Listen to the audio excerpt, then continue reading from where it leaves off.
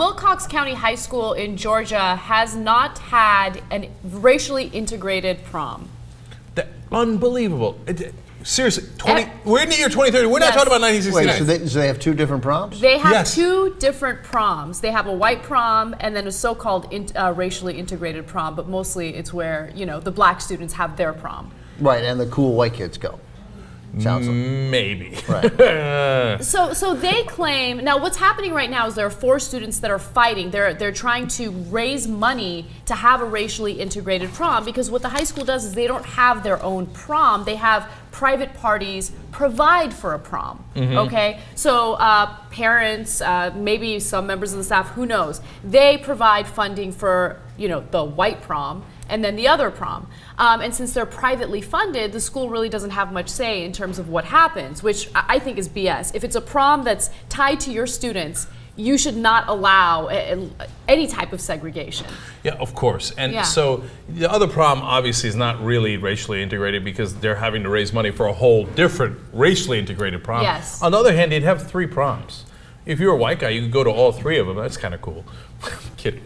Okay. Now, seriously, getting beyond that, I literally have trouble believing this story. Okay, so there's a local news report. I want to show that to you guys too, because it'll give you some more detail in how it works and what happened to one black student who had the audacity to show up to the white prom. Let's take a look. In a world full of color, Wilcox County High School still see things as black and white.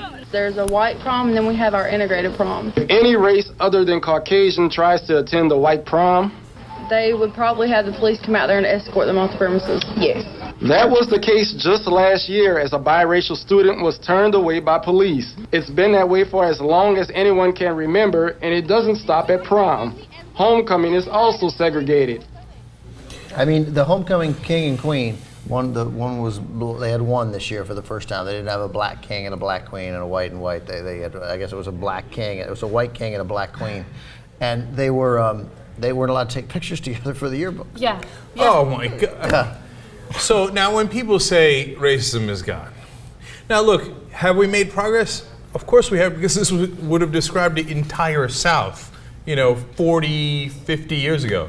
But that goes to show you, it wasn't that long ago. Yeah. Because we still have remnants of it. In 2013, they're still doing this. The fact that the African Americans in that town have put up with it, is amazing. I mean, obviously not voluntarily. They're literally getting escorted out of the building by cop cars. But if ever there was a time to call in the NAACP, etc., this is it. They Unbelievable. They literally keep the black kids from going to the white prom. I was thinking, just go to the white prom, end it this year.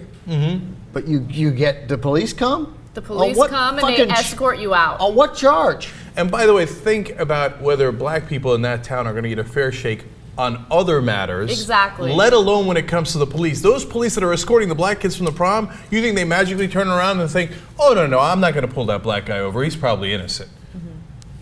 Or do you think they make certain assumptions about guilt and innocence as they conduct their regular affairs? Also, the school, it says here, one of the lines is, while the school has no official stance on the matter. Have an official stance on the matter. Totally, that's what I was saying. You definitely do have an official stance. You have to have one.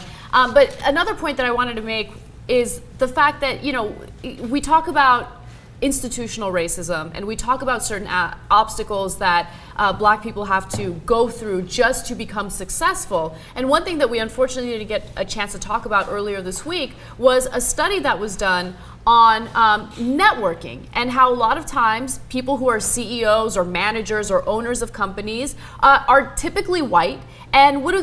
They do favors for their white friends, and those are the people that usually get hired into their companies. So Bill O'Reilly had a conversation with Robert Johnson, who was the head of BET, and I thought it was a really interesting. Robert Johnson sometimes is criticized for being conservative, but I thought his answers to Bill O'Reilly were terrific, and he said, and he mentioned just that point, and it's not even malicious. Now, if you're if you're a regular guy and you're a carpenter, who do you want to hire? When a job opens up, for a carpenter position, your son, your nephew, Jesus, that would help. Okay, although he kind of left that. I'm not sure he was a great carpenter. Maybe not. Yeah. But and so that's just the way it works. You're in a union, and so one of the reasons you needed affirmative action was to break through that natural barrier that wasn't even necessarily malicious. Okay, now this in Georgia Is malicious. Okay. And by the way, a lot of that hiring practice was malicious too.